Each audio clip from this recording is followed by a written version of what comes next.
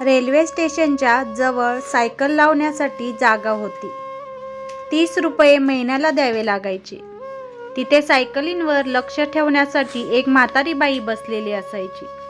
4 बांबू लावून वर कडबा आणि ताडपदरी लावून तयार केलेलं छत होतं. त्यातच ती आजी राहायची. अंगावर एकदम जुनी फाटकी साडी, डोक्यावरचे केस पूर्ण पिकलेले होते. साधारण 70-75 वय असावे. तिथे एक जुनं गोणपाट होतं, त्यावरच बसलेली असायची. थंडीपासून बचावासाठी एक काळी चादर पण होती.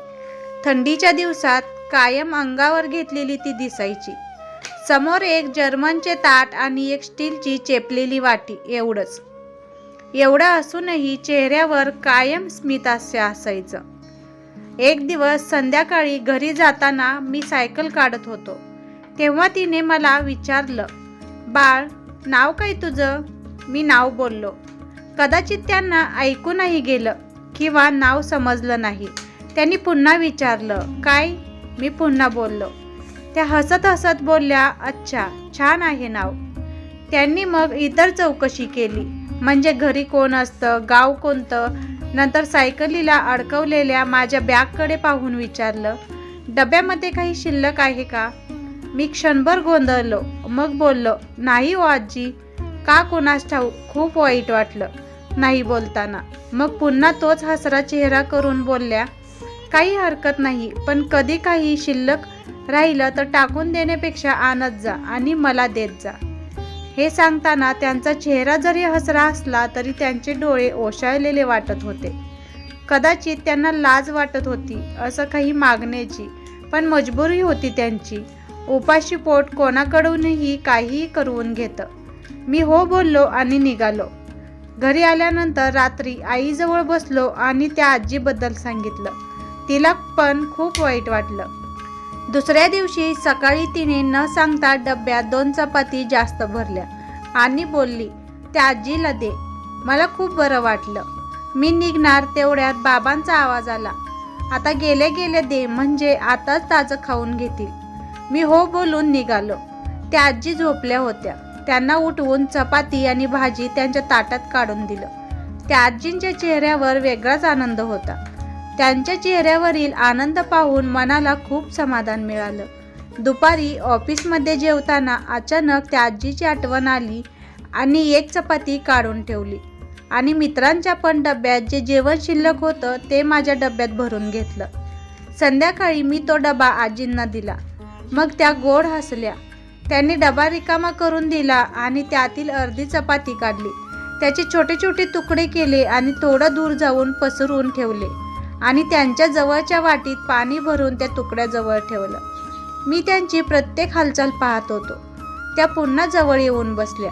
मी विचारलं, आजी काय करताय हे?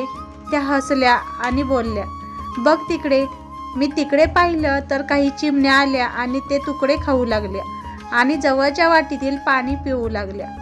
मध्येच एका चिमणीने एक तुकडा उचलला आणि उडून गेली. कदाचित ती तो तुकडा आणखी एखाद्या भुकेल्या पिल्लासाठी घेऊन चालली होती.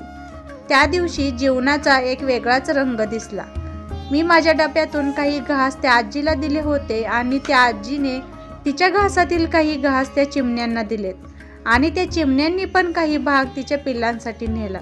कदाचित हेच जीवन होतं, दुसऱ्यासाठी थोडंसं सुख घेऊन जाणे. जवळजवळ 1 वर्ष असंच चालू राहिलं. पण माझं शिक्षण पूर्ण करून पुण्यात आलो जॉबसाठी. चांगला जॉब मिळाला तेव्हा आवर्जून त्या आजींना पेढे देण्यासाठी गेलो. त्यांनी पेढा घेतला, अर्धा मला भरवला आणि डोळ्यात पाणी आणून बोलल्या, आठवणीने मला पेढा दिलास यातच समाधान आहे.